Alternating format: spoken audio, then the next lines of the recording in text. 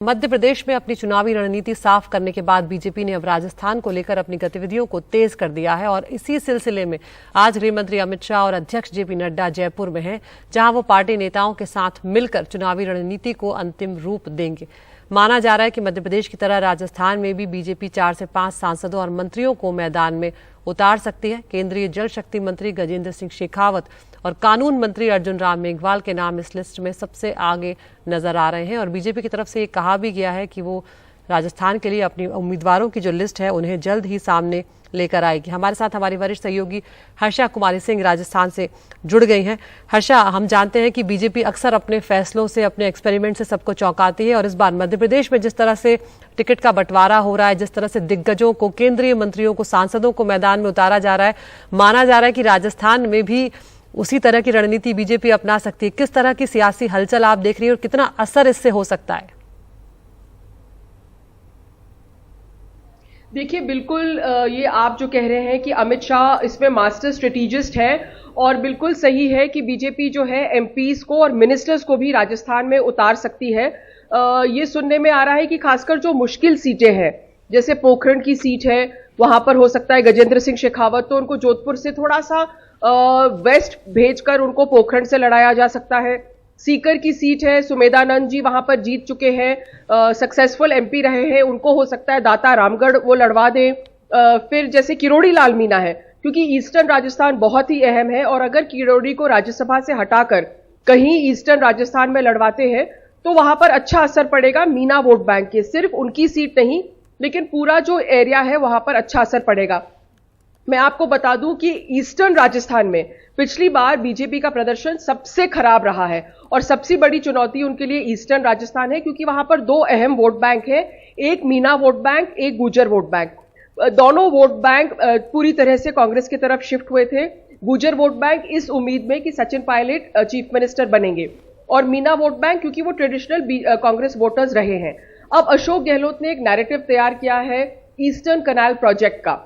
Eastern कनाल का जो project है उसके लिए वहां पे वो संजीवनी का काम कर सकती है, 13 जिलों में पानी ला सकती है। लेकिन अशोक गहलोत और यहां पर जो राज्य सरकार है उनका कहना है कि केंद्र सरकार हमें इसके लिए पैसा नहीं दे रही है, बहुत बड़ा इसके लिए पैसा चाहिए, बहुत बड़ी राशि चाहिए और हमको केंद्र से ये राशि नहीं मिल रही है, ना ही केंद्र इसकी स्वीकृति दे रही है उसको एक नेशनल प्रोजेक्ट घोषित करने के लिए। तो ईस्टर्न राजस्थान एक बड़ा मुद्दा है। तो ऐसे में स्ट्रैटेजी हो सकती है कि किरोड़ी लाल को आप वहां से लड़वा दें, उसके बाद में उथल पुथल होएगा, आप दोबारा नए चेहरे ला सकते हैं एमपी के लिए।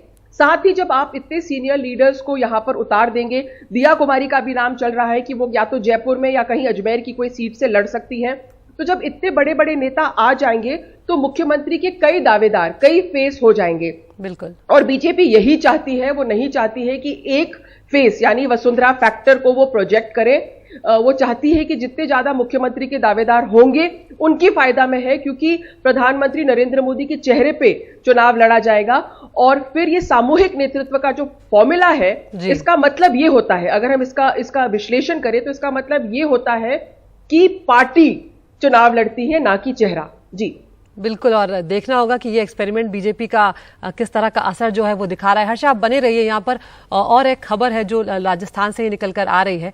संसद में अपशब्द कहने वाले सांसद जो है रमेश बिधूड़ी को बीजेपी ने बड़ी जिम्मेदारी सौंपी है। दरअसल उन्हें राजस्थान के टोंक में चुनाव के लिए बीजेपी का प्रभारी बनाया गया। ये इलाका कांग्रेस के तेज तर्रार नेता सचिन पायलट के प्रभाव वाला है। बीजेपी की रणनीति यहाँ सचिन पायलट को घेरने की है और इसकी जिम्मेदारी रमेश बिधूड़ी को सौंपी गई है।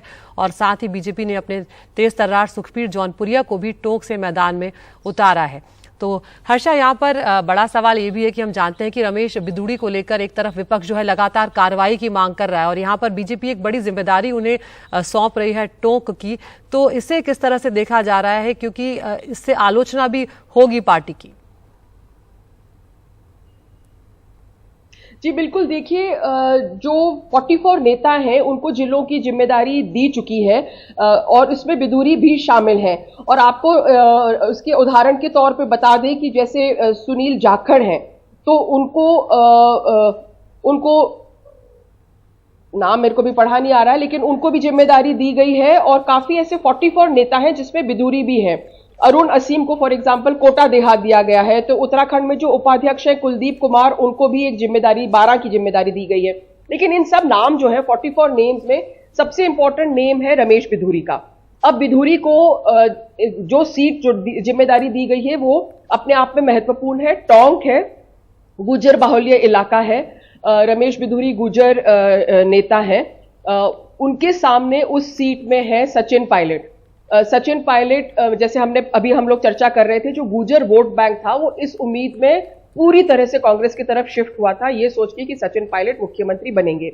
और जो भी 9 एमएलएस को, उम्मीदवारों को टिकट दिया बीजेपी ने, एक भी नहीं जीत के आया। तो आप सोचिए कि एक भी गुजर एमएलए बीजेपी के पास आज की डेट में नहीं है जी। इसलिए गुजर वोट बैंक, अहम वोट बैंक को अपने ओर खींचने के लिए ये एक टैक्टिक है, स्ट्रेटेजिस्ट है, और उन्होंने सीधा सचिन पायलट के सामने उतारा है, जो सचिन एक गुजर लीडर के नाम से मतलब प्रसिद्ध है। एक तरह से वो गुजर्स उनको अपना नेता मानते हैं। यानी कि इसका मतलब ये हुआ हर्षा उतारा है। दूसरा जो आप कह रहे हैं कम्युनल पोलराइजेशन, जी हर्षा, एक मिनट आपको बता दूं, जो आप कम्युनल पोलराइजेशन की जो आप बात कर रहे हैं, टोंक में भी बहुत सारे माइनॉरिटी की वोट बैंक है। तो अगर पोलराइज होएगा वोट तो किसके फायदे में रहेगा? तो ये दो चीजें हैं गौर करने के लिए।